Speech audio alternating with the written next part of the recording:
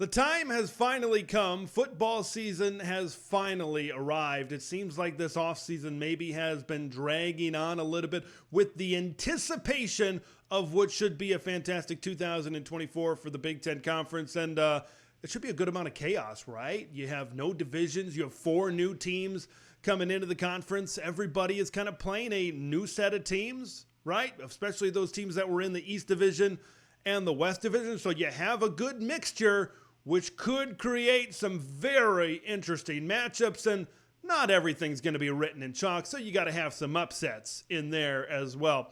It is time to put it all out on the line. It is time to predict the 2024 season game by game. Let's not waste any more time. Let's get right into it, and let's talk week number 1. It all starts on a Thursday night in Minneapolis, Minnesota. I'm going to be there for that one. The North Carolina Tar Heels coming in to face off against the Golden Gophers. Look, North Carolina doesn't have a great defense. I think that they have a Minnesota, that being, has the advantage in the trenches. I think that they can push around the Tar Heels. I think they can control the time of possession in this game. We'll see what happens at quarterback for North Carolina. Of course, coming off of Drake May, Max Johnson might be the leader in the clubhouse. Right now, if you're Minnesota, you got to slow down some weapons. You got to contain some weapons. You got to contain those big plays from Amari and Hampton and others. I think they contain them just enough. Gophers usually play pretty well in this spot. The crowd is usually hot. I got Minnesota winning this first game. Big noon Saturday. The first one is a rivalry renewed. Penn State going to West Virginia. Last year in Happy Valley, Penn State was able to control this football game. This time in Morgantown, you got 2 new coordinators for the Penn State Nittany Lions. This is a good Big 12 team in West Virginia, of course, led by Garrett Green. I could see this one being fairly close early in this matchup, but I think what's going to be revealed is I think there's going to be a big difference between a really good Big 12 team and a really good Big 10 team. I think you're going to see that Penn State pulls away for a double-digit victory. The Sunday, September 1st meeting, duel in the desert, Las Vegas, Nevada, the LSU Tigers and the USC Trojans, the Spider-Man meme of college football games. They are exactly the same. Take the over in this one because I think with all of the changing pieces, both on offense and defense, and the way these two teams are built, I think you're going to see a lot of explosive plays. I think you're going to see a lot of downfield deep shots in this game. I think a good amount of them are going to connect, but I think USC makes the stop late. I think they've done a good job with their secondary. They do just enough to get the big win in week number 1 in Las Vegas, the upset over the LSU Tigers. Let's head over to week number 2. Of course, the big game of that week, big noon Saturday, the Texas Longhorns and the Michigan Wolverines. Look, Texas lost 2 good running backs, including C.J. Baxter, to season-ending injuries in fall camp. So I think that they're going to lean on even more heavily into their throw game. Will they be one-dimensional? We'll see. But I think that's how they're going, and we know Sark likes to throw the football around. I think that is going to be their game plan, to go over the top, spread out Michigan, and see if they can win those one-on-one matchups. But I think Michigan is going to be strong at the line of scrimmage. I think Wink Martindale, a guy that is known for coming after opposing quarterbacks, he is known for blitzing. I think he's going to come after Quinn Ewers. I honestly do. I think he's going to leave the defensive backs on an island. He's going to hope Derek Moore's and Josiah Stewart's and some of these guys up front, they get to the quarterback. I think that this is one of the best defensive lines in America. I think they have an advantage over Texas's pass protection. I look at Texas on the defensive side of the ball. They don't have those 2 all-everything defensive tackles anymore. I think Michigan can establish the run in this game. They can drag down Texas. I've got Michigan getting a big upset win over the Texas Longhorns here in week number 2. Cyhawk. This game has its own universe. Iowa and Iowa State in Kinnick Stadium. Look, I think that this game's going to be a little bit messy. I think you could see some turnovers in this game, especially Iowa kind of trying to break in that new offense. Who knows where the quarterback position is going to be at this point in time. But I think Iowa this season is going to be very dependent on running the football and being successful in the run game. I think they can do that against a good Iowa State defense. I'm not saying that they're going to go for 250 or 300 yards. I just think they're going to be solid, then they're going to chip away at the Cyclones in this game. They make enough plays and they make enough stops to beat the Cyclones. Yet again, the Hawkeyes win. Kinnick certainly helps as well. Kansas at Illinois in Champaign. Last year, Kansas was able to move the ball up and down the field as that game progressed, and the Jayhawks were able to put up a lot of points. Now, you look at Illinois secondary, I think it's better than some people think with Terrence Brooks transferring in, with Matthew Bailey being healthy. But when I look at this team, I don't see some great pass rush options on the defensive line. Maybe last year with Johnny Newton and what he can do up the middle and pushing back some offensive lines. I said what I said about the secondary. We'll see how much it improves.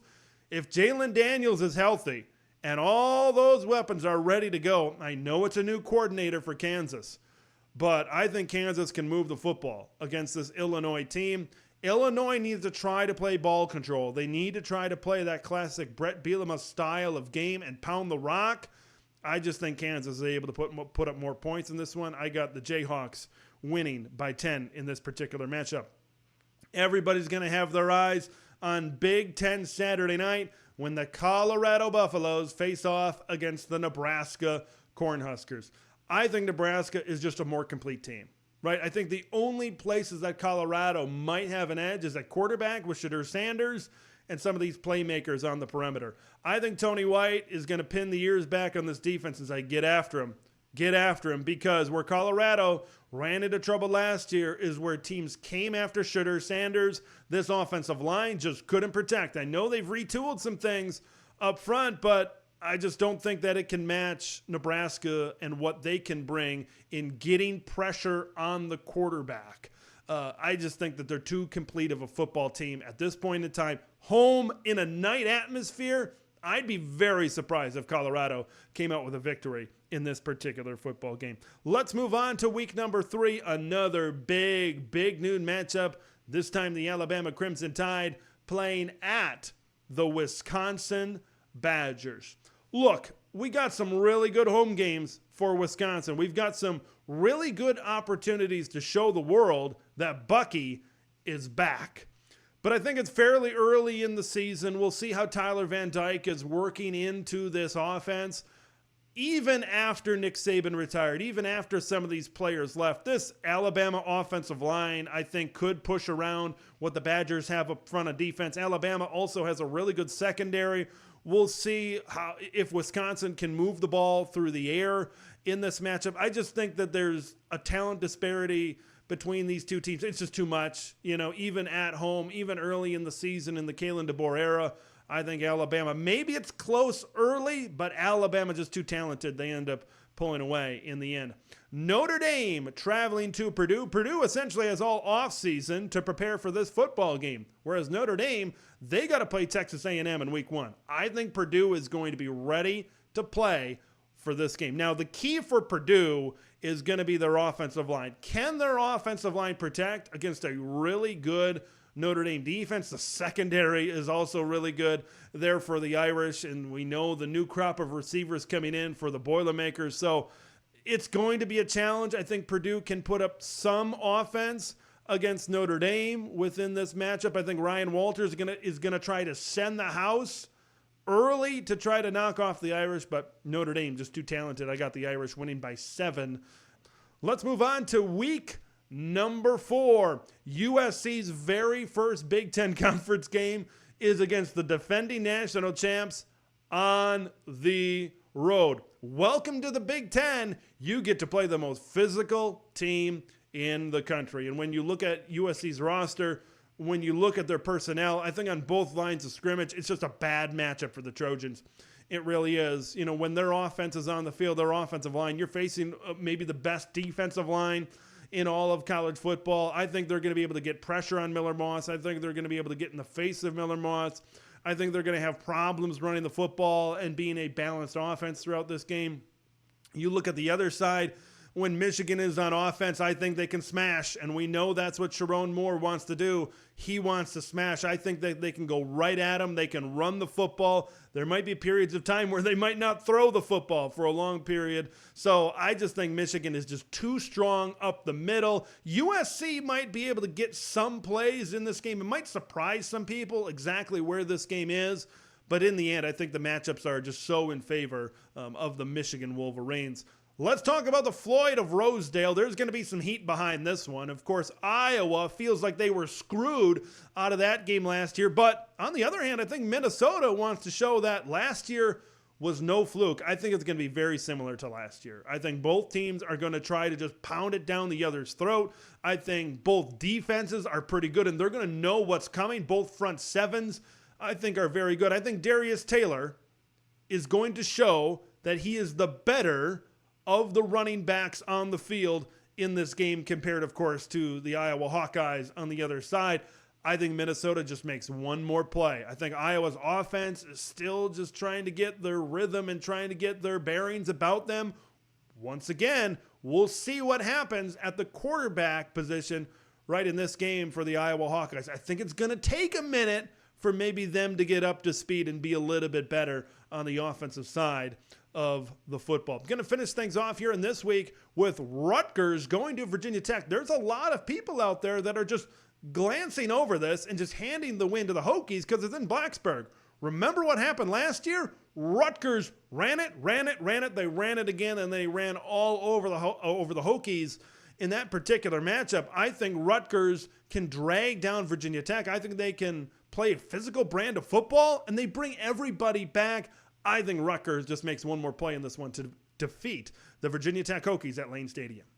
Speaking of Rutgers, that's where we want to start week number 5. Look, Friday night game, Piscataway, New Jersey, Washington, undefeated at this point in the season, traveling across the country, and they just are outmatched, I think, when it comes to the interior against the Rutgers Scarlet Knights. I think Rutgers can play physical. I think they're going to get after Will Rogers in this particular matchup. I think the Huskies are going to be up and down. I think they can play with some teams, but they're going to play down to certain teams. I think they maybe can make a few plays down the field, but Rutgers in this run game, I think they can be very successful against the Washington Huskies in this particular matchup. Wisconsin going on the road to USC. I think this is a coin flip game. I think this is very, very close to a toss-up game in this particular matchup, but I just think USC just makes a few more plays at home being the difference. I think there's things that Wisconsin can do. I think Wisconsin can run the ball with their good offensive line and Tawee Walker and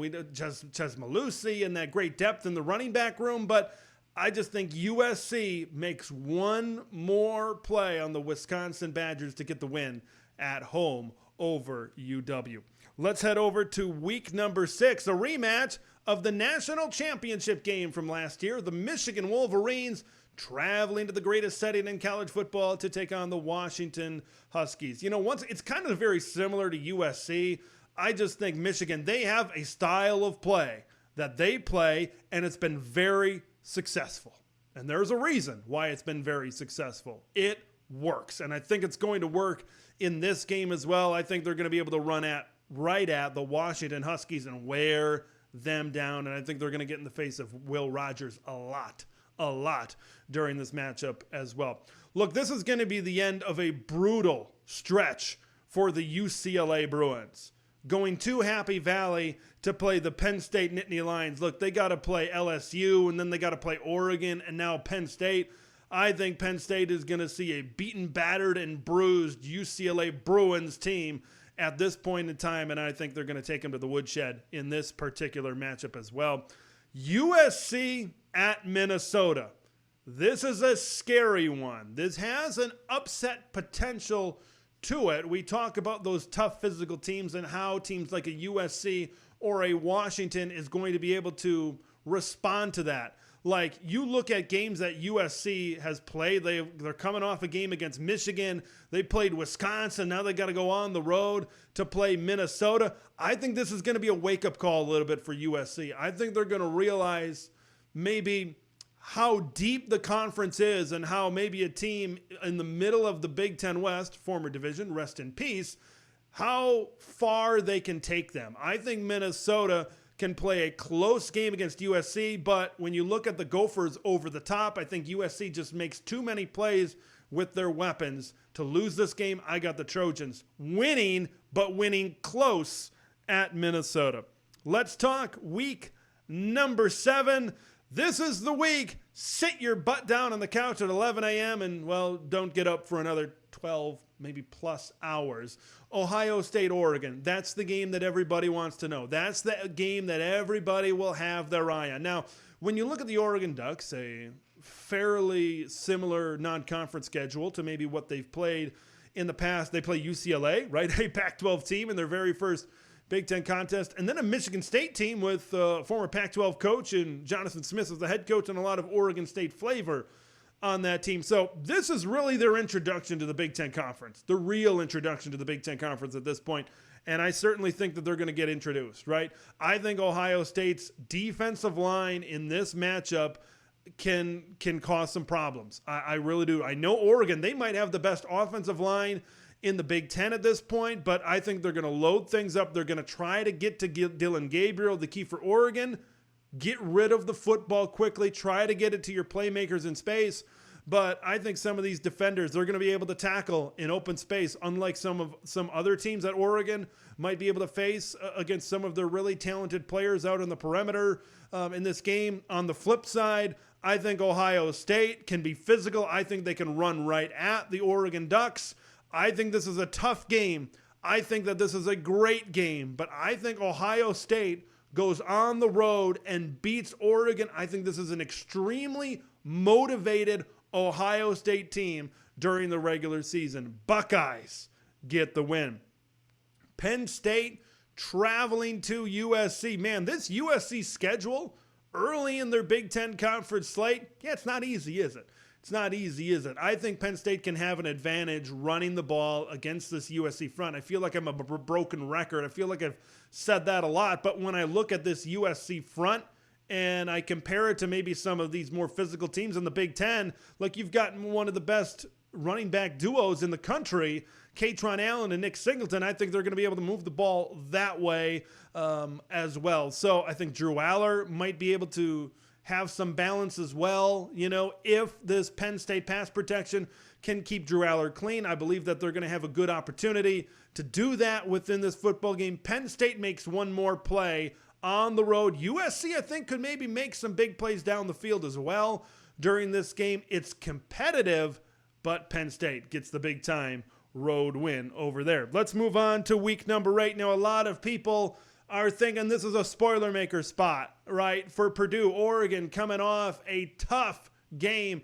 against the Ohio State Buckeyes. But I think the Ducks are going to play a little bit pissed off, losing to Ohio State. I think there's an expectation of greatness now for Dan Lanning and this football team. So I think that's going to happen. I think they're going to be motivated. I don't see this as a letdown spot of any sort. I think the Ducks are going to come out very motivated to set the tone in this game. Now, that being said, it is a Friday night. It is across the country early in this game. I could see something like 14-10 Oregon at the half, but Oregon just way too talented. Way too talented. One of the Big Ten's best against maybe a team that's at the bottom of the Big Ten. I see Oregon pulling away to win this game in convincing fashion. Wisconsin at Northwestern. Growing up as a Badger fan, boy, those games in Evanston, they will haunt your dreams. They will haunt your nightmares. This was a Northwestern team that went into Camp Randall and beat the Badgers last season. I think this is competitive. I think the wins off the Lakefront Stadium, could maybe halt Wisconsin's passing game a little bit, right? This is probably the most high-profile opponent to come into that Martin Stadium over there at Northwestern. I think their defense can do things against Wisconsin. I think that they can bring them down a little bit. But I just think Wisconsin they have more talent on the offensive side of the football. Northwestern is going to more of a dual threat quarterback type of offense, so I think that could maybe give the Badgers some fits in this game. I know too well. I've learned from history. I think the Badgers pull it out, but a late touchdown, maybe a last-minute drive is needed to top the Northwestern Wildcats in this particular matchup. Now, at this point in the season, I've got Nebraska at 6-0. They got a win over Colorado. Everybody telling them how great they are. Oh, Dylan Raiola's great. Matt Rule, well, we told you. We told you Matt Rule was going to bring back Nebraska football. They're bowl eligible finally for the first time in a long time. The week after this, they play Ohio State. A lot of people are going to be looking forward to that particular matchup. Indiana is a team that can sling the football around. I think Indiana is going to pull one at some point during the season. I think this is the week. I think you see a good amount of offense in this game, but it's Curt Cignetti and the Indiana Hoosiers that pull the upset in a look-ahead spot for the Nebraska Cornhuskers. Speaking of that, let's move on to week number 9, that Nebraska-Ohio State matchup. Maybe very similar to that 2021 Michigan State-Ohio State matchup in the middle of the season where the Spartans were on fire and they were highly ranked going into Columbus. And then Ohio State dished out a piece of humble pie. I see this very, very similarly. I think Ohio State is just a superior talented team. I think Nebraska's schedule early in the season really plays into their favor of starting undefeated. Now, I know they have the loss to Indiana, but I think they follow it up again with another road loss to Ohio State, now at 6-2 at this particular point during the season. Penn State at Wisconsin in this matchup. Now, I think Wisconsin is going to win one of these big home games this season, and I think this is the most favorable for them. I think this is the most likely upset for the Wisconsin Badgers. Look, I know Penn State coming off of a bye week prior to this matchup against Wisconsin. But after this game against Wisconsin, Penn State plays Ohio State at home. So they might be peeking around the corner a little bit, but I think the Badgers get them a walk-off field goal. Madison goes crazy. I think it's a night game, which also plays into the favor of the Badgers. Now, the Badgers are riding high going into week number 10, and this is a bad spot. They got to go on the road to face off against the Iowa Hawkeyes in week number 10. And I think this is maybe one of the better offensive outings for the Iowa Hawkeyes all season long. I think they're going to be up. I think they're going to be ready to play. I think they're going to be ready for Wisconsin. And I think Wisconsin might be a little bit up and down this season. And I think this might be one of those spots where they might be a little bit down. I got the Iowa Hawkeyes winning over Wisconsin. Even after a big confidence boost for the Badgers over Penn State, it's just beating Penn State and then Iowa on the road. That's a tough spot. I just don't foresee that happening for Wisconsin in this year. Now, UCLA coming off a much-needed bye week, right, over those handful of tough physical football games against really good playoff caliber teams. I think they play fairly well against Nebraska. I think they're able to move the football through the air. I think that game against Indiana might show some teams some things, and UCLA has some weapons of their own out on the perimeter. But the positive spin on this for Nebraska is maybe in the past, this was a game where they would find a way to lose. They get the one-score win at home, find a way to win, and knock off the UCLA Bruins in this game. Oregon at Michigan in Ann Arbor. Of course, Oregon playing a little angry after that loss to Ohio State, and now they come in. The knock on Dan Lanning after a loss against Ohio State is going to be, guy still can't win the big game. He can't win the big game. Now, when I look at this particular matchup, of course, Michigan is going to try to drag them into their style of play. This is a contrasting styles type of game that I'm very much looking forward to this season, but I just think there's too much talent on the field on the outside for the Oregon Ducks. I think that they're going to be able to exploit some matchups on the opposite side of Will Johnson. Just too many weapons.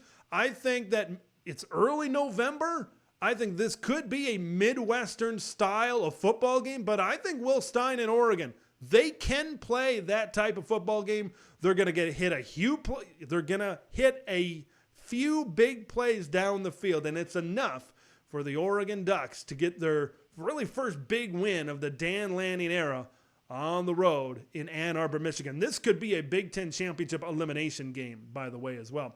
Ohio State at Penn State, likely big noon, hasn't been announced yet, but Ohio State traveling to Happy Valley. Look, it's just year after year after year this happens. I think we get excited about what Penn State is, and then Ohio State comes to town and they show the difference between a team that can win a Big Ten championship or at least be in that conversation, and then someone like Penn State that's just a notch below. And I think that these teams kind of measure up the same way as they have in the past. Look, for Penn State to have a chance in this game, Abdul Carter and Danny Dennis Sutton, they need to go crazy. They need to be able to get pressure on Will Howard, but even if that is able to happen, I feel pretty confidently that Ohio State can run the football and run the football very effectively against this Penn State front. I think Ohio State is just too strong. I got them winning by 10. I think Penn State is ready.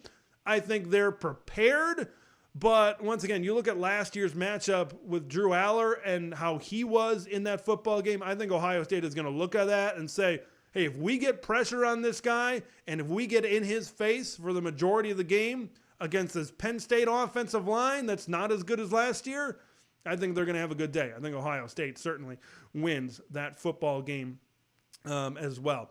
USC coming in at 6-2. You got a Washington team sitting here at 5-3. I think Jed Fish and the Washington Huskies are going to get better as this football season progresses. And I think that they're going to get a big win on the schedule somewhere. And I think this is the spot. I think you got two teams that are looking to move the football up and down the field that are pretty similar, right? When you look at them, roster-wise on offense and defense, what they can do on offense, maybe the lack of strength on the offensive and defensive line for both of these teams. I think this is going to be fairly up and down. The greatest setting in college football pays off. Huskies get another win in Seattle, Washington over the USC Trojans. Let's move forward to week number 11. Now, we mentioned that Iowa getting a big win over Wisconsin after Wisconsin gets a big win over Penn State, but I don't think Iowa's going to be playing at that level all season long, offensively at least. I think this is a big upset opportunity. I think UCLA is going to get better towards the back half of the season, especially after that bye week. Competitive against Nebraska, and I think they put it together. Look, Iowa, emotional rivalry victory the week before. Now you got to fly across the country on a Friday night to the Rose Bowl in Pasadena. Could be a little bit of a sleepy atmosphere in there. I think UCLA looks at this game and say, yeah, we know Iowa's defense is tough, but we just got to score a few times. And I think they get it done. This is my upset. I think UCLA finds a way to defeat the Iowa Hawkeyes in this particular spot here in week number 11. Let's move forward to week number 12. UCLA keeps it going on the road at Washington. I think this UCLA, I really like what UCLA has on the offensive side of the ball. I really like their weapons on the outside. I think that both of these teams are going to put up yards. I think they're going to put up points, but I think UCLA keeps the momentum going with a road win over the Washington Huskies. Look, Oregon traveling to Wisconsin late in the year. We'll see what the weather's like at this point in time. Wisconsin at this point, kind of a little bit of an up and down season, right? With some losses, but you did beat Penn State in there. Oregon is just too talented, right? I think Wisconsin is going to be a good team. I don't think they're going to be maybe a really good or a great team. I don't think they're going to be able to really pull two upsets like this during a given season. Oregon's just too talented, playing with too much confidence and momentum, especially following that loss against Ohio State. Ducks win big over there as well. Nebraska at USC. I think this is a very important game for both of these teams down the stretch, but we got a lot of... Nebraska is going to be tested through the air. They're taking on a lot of good passing attacks this season. I think UCLA makes a few more plays in this game, or I should say USC. Whoops, sorry about that. I think USC makes a few more plays in this game to defeat the Nebraska Cornhuskers. I think when they face off against some of these high-profile offenses, they're going to need to match that at some point. The big question for Nebraska is going to be, can they go tick for tack with some of these explosive offenses that are coming in to the Big Ten Conference? Week 13 has a matchup for Penn State that is intriguing, I think, for multiple reasons. The last time Penn State played at Minnesota, 2019, they were ranked 4th in the country.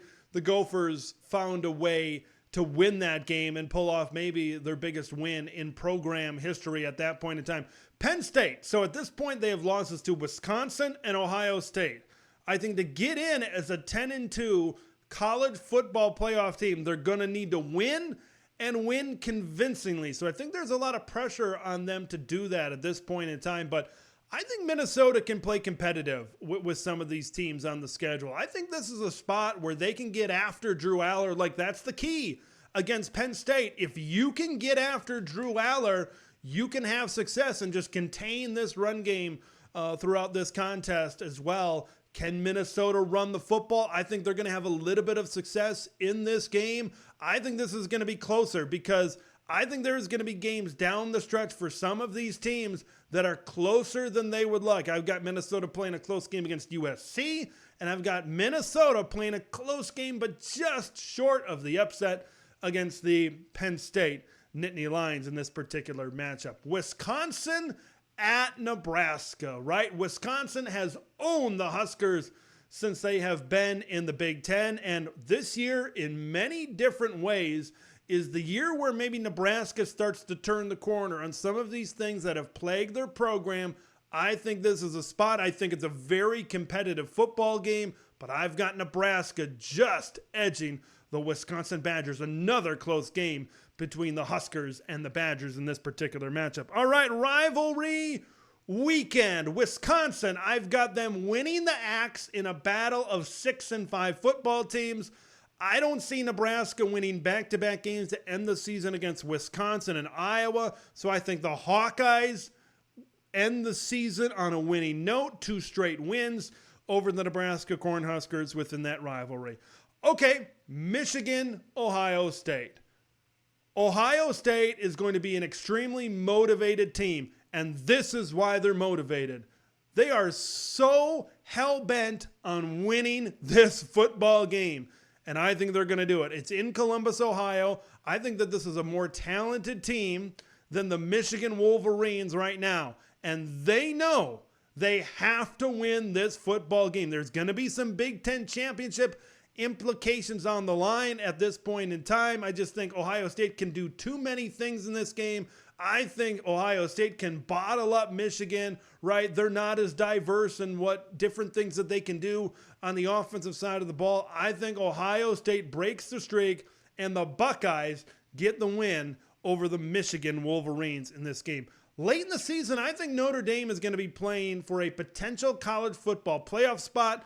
I think they're going to be motivated. I think they're going to come in focus, and I think they top USC in that particular matchup as well. Where does that leave us at the end of the season? It leaves us with a rematch in Indianapolis with the Ohio State Buckeyes going 9-0 in the Big Ten slate, and Oregon's only loss coming to Ohio State within this game as well. I think Michigan has a better college football playoff resume with the win over Texas and losses to Ohio State and Oregon than Penn State does. Penn State's most significant wins at this point would be against an 8-4 USC team and a 7-5 Wisconsin team. So maybe one of those, USC I think might be ranked maybe.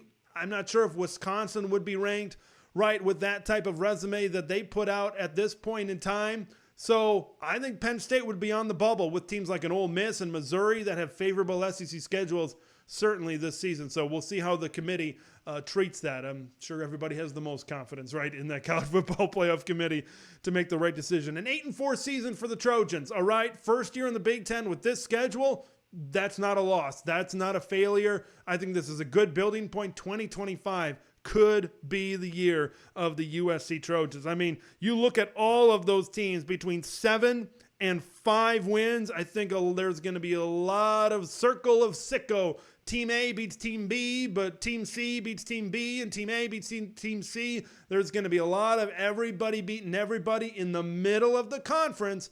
I think there's going to be good depth when all is said and done. All right, let's get to Indianapolis and the Big Ten championship game. The Oregon Ducks and the Ohio State Buckeyes. Revenge on the mind of the Oregon Ducks, and the newcomer.